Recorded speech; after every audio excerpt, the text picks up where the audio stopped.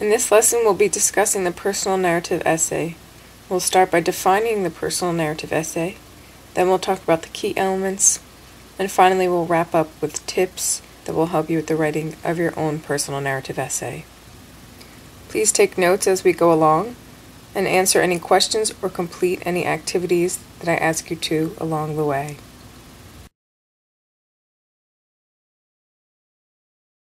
Personal narrative, very simply, is a story from a person's life.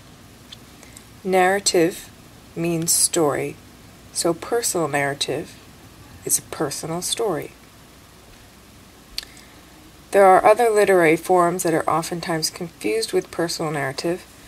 I will define them here so that you will have a better understanding of what a personal narrative is and what it isn't. The first literary form that's oftentimes confused with personal narrative is memoir. Memoir is a personal story from a person's life, however it is much longer than the personal narrative essay, and it encompasses or usually spans a certain section of a person's life. For example, if an athlete writes about his or her participation in a certain team, the memoir will oftentimes span just the section of that person's life, the section in which they were part of that team, rather than the personal narrative, which is just a personal story about a single event.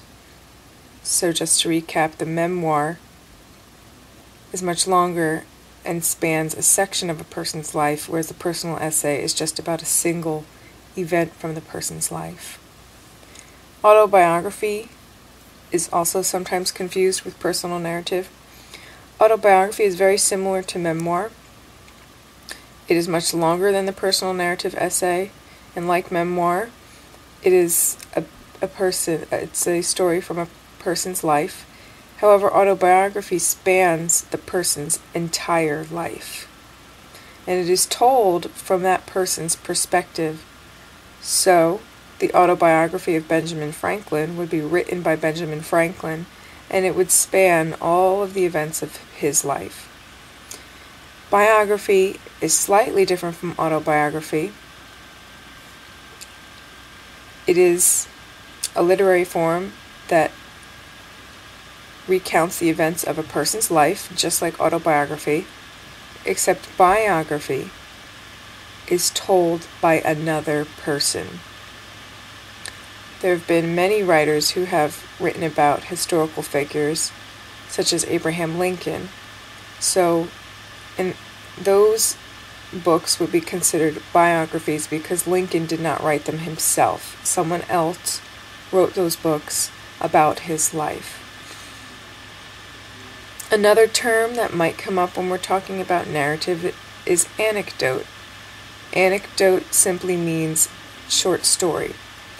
And an anecdote can be told by a person, him or herself, just like the personal narrative, or it can be told by someone else. It could be a story about someone else. It's a short story that's usually used to illustrate a point.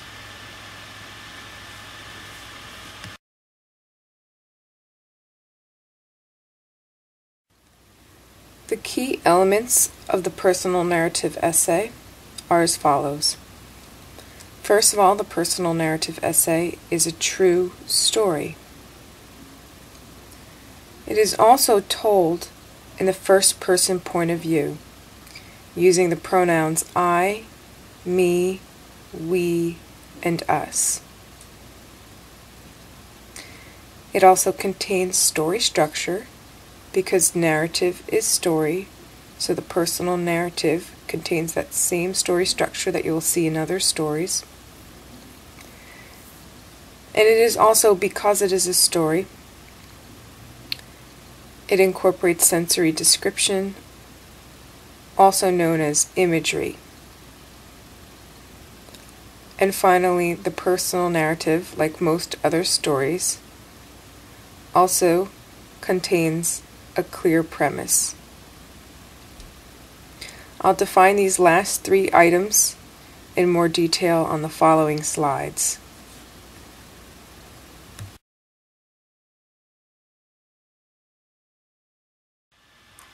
first key feature of personal narrative that I'll be defining here is premise. Almost any narrative or story contains premise.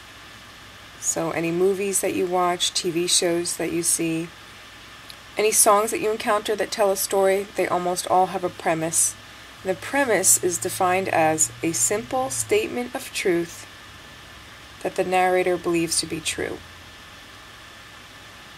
I'll give you an example of the nursery rhyme, The Tortoise and the Hare. It's a story about two animal characters, the tortoise and the hare, and the hare is naturally much faster than the tortoise. And both of these characters partake in a race. And the hare, with his natural abilities, speeds ahead of the tortoise for much of the race. But towards the end of the race, because he's so far ahead of the tortoise, the hare decides to take a nap. And while he's sleeping, the tortoise, who has been very slowly and steadily completing the race, crosses the finish line. Now, the premise can be stated in many ways. I'm going to give you one example of how someone might state the premise from the story. So the premise of this story would be that persistence and hard work can overcome talent, natural talent.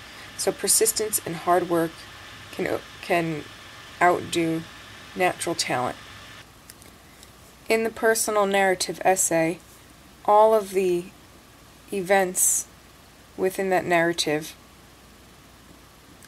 work to prove the premise true. So every action, every detail, all the description is all working to support that single statement of truth.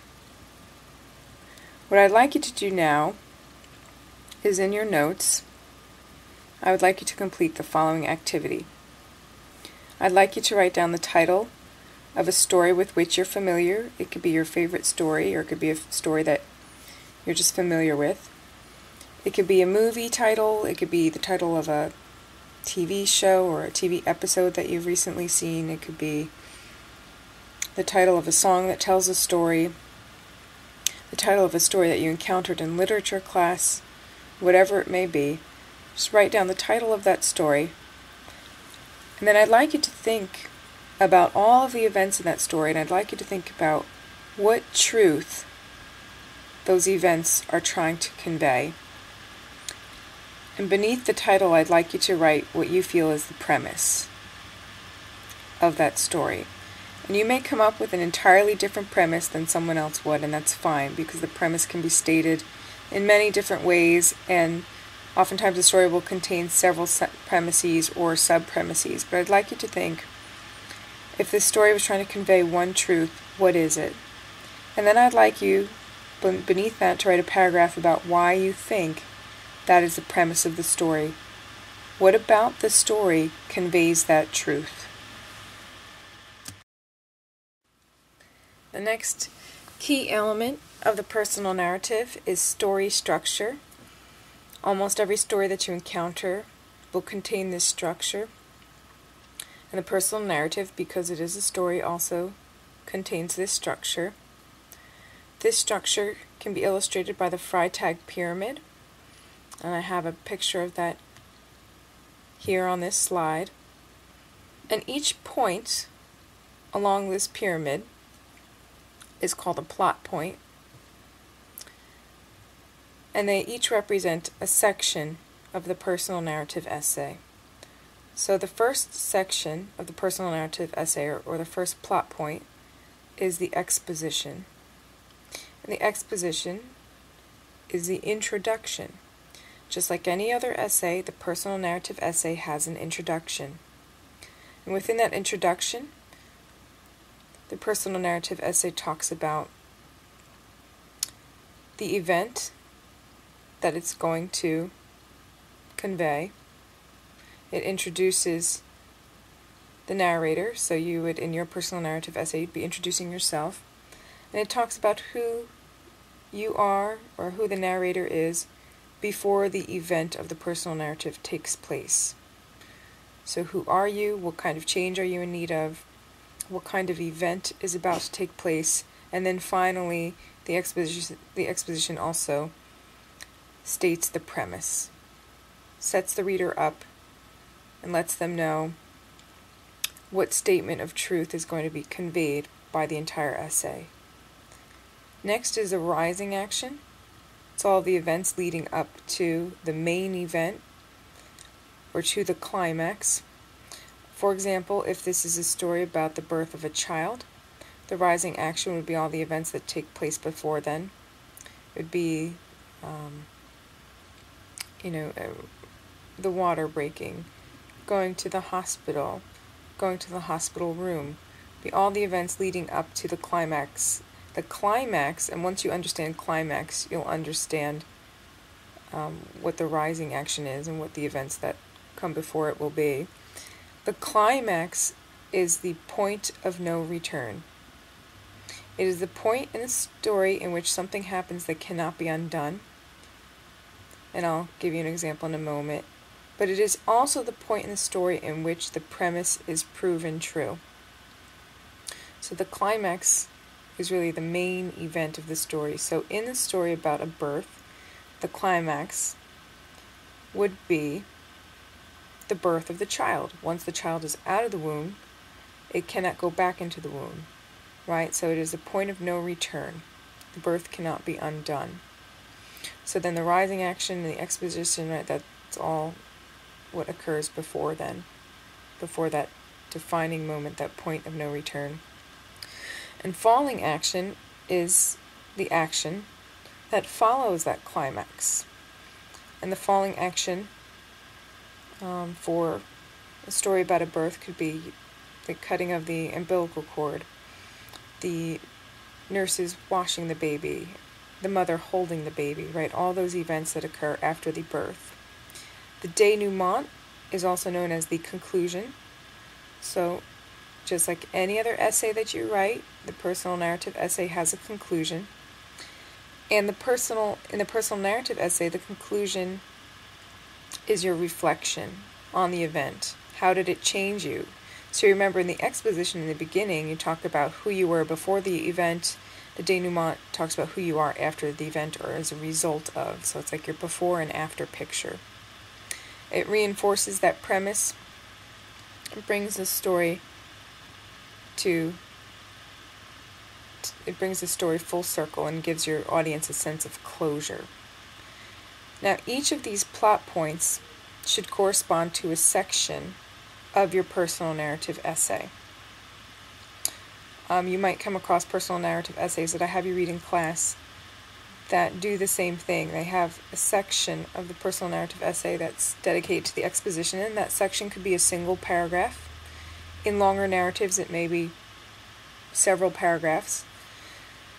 But either way, there's still a section of the essay that's dedicated to exposition, and then another section or paragraph on rising action, and then another section or paragraph on climax, and another section or paragraph on falling action, and then another one on the denouement. So as you are reading the examples of personal narrative essays, look for this story structure, and as you're planning your own personal narrative essay, be sure to plan each one of these plot points. At this time, I would like you to take a moment and in your notes, I would like you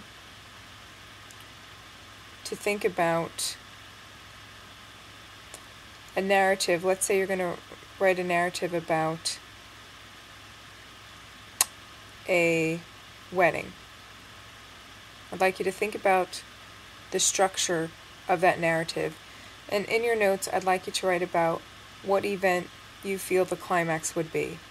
So in a wedding story, what do you think the climax would be, or what would the point of no return be?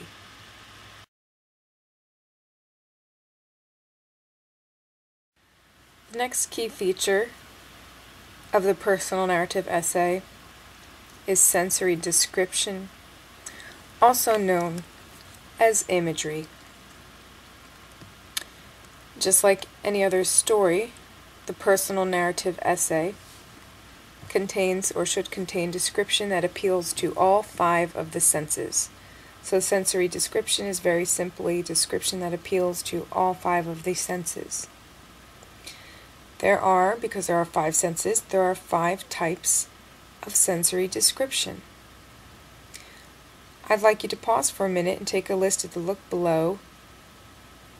list below, and in your notes, write down what sense you feel corresponds to each one of these types of sensory description. I'll give you an example. We'll do the first one together. The first type of sensory description is visual description, and this obviously corresponds to the sense of vision, of sight. So go down the other types of sensory description here on this list, and in your notes, write down what you think each one corresponds to.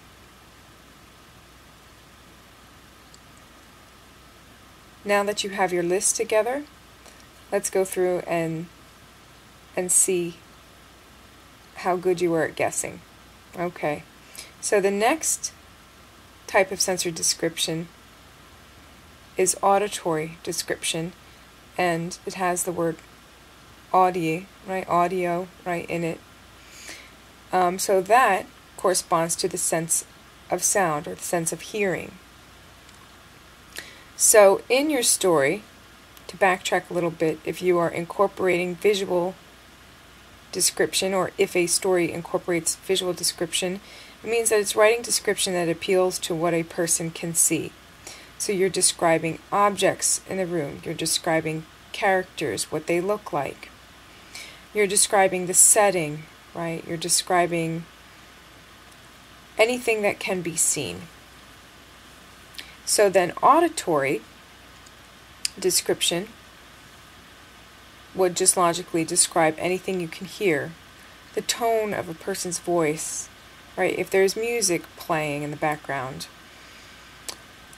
you can hear sounds, nature, right? You can hear crickets or birds. Olfactory description, when you're writing a narrative essay or reading another person's narrative essay, you might come across olfactory description, and if you've taken anatomy and you've learned about the olfactory nerve, you know that it's connected to the nose. So olfactory description is any description in your narrative or in a narrative that corresponds to the sense of smell. So anything that you can smell in your narrative. Did you smell the food from the carnival? What kind of food? French fries, funnel cake.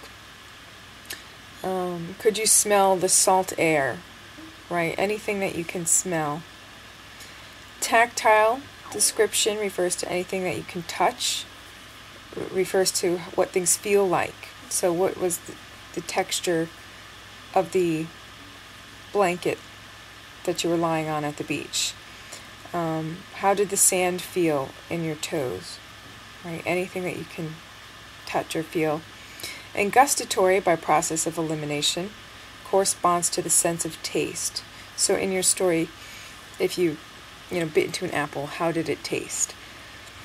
And the reason why we incorporate sensory description into our stories is that it brings the reader into your world. They can really see what you have seen, they can hear what you've heard, they can smell what you've smelled, touch what you've touched, and taste what you can taste.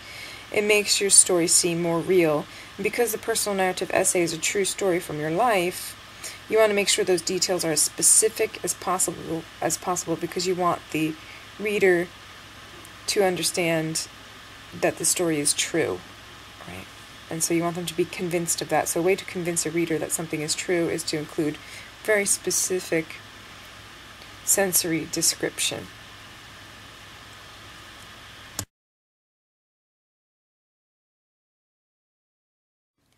I'd like to close out this lesson by giving you tips for writing your own personal narratives. Remember, when writing your personal narrative, to include all the elements that we've talked about. Make sure that it is a true story told in the first person point of view or from your point of view. Make sure that it has a clear premise and that it's clearly stated in the introduction and reinforced by the climax and conclusion and by all the events, right, of the story. Make sure that it contains that story structure, and also be sure that the narrative contains sensory description or description that appeals to all 5 of the senses. Also, for your personal narrative, focus on a single event. So that event could be a graduation, it could be a wedding, it could be a move, it could be a death in the family, it could be the day you acquired a pet, the day that you learned an important lesson, right? Pick an event that you'd like to write about, that you're comfortable writing about, that changed you or, taught you something new about who you are or about life. But make sure that you just stick with one event. This is not biography or autobiography, so just focus on one event. Also, to help you edit and to stay focused, just keep this golden rule in mind. Remember to enter late and exit early. So enter the story as close to the climax as you can and exit as soon after the climax as you can, while maintaining that story structure and while conveying the truth of your premise. Also, be sure to break your paragraphs logically. Some logical paragraph breaks occur when the setting changes, and the setting refers to the time or place. Also, you might break a paragraph when new characters or new people are introduced. You might also break your paragraphs when the plot points change. We talked about those plot points when we talked about story structure. And also, you might find that you want to break your paragraphs where you feel a natural shift. A lot of times, as you're writing, you will naturally shift. For example, you might write something that, you might write a sentence that begins, after I went to the park, I drove to the beach, right? And that keyword after indicates that there's a natural shift, right? That you've naturally identified a shift. So just be aware of any transitional words that you're using or any places that you're naturally shifting in your story. And also be sure to edit your story by premise. You want everything in your story to work towards illustrating that single statement of truth. Well, that concludes our lesson on the personal narrative. Be sure to check iCollege for other course materials and for the assignments associated with the personal narrative essay.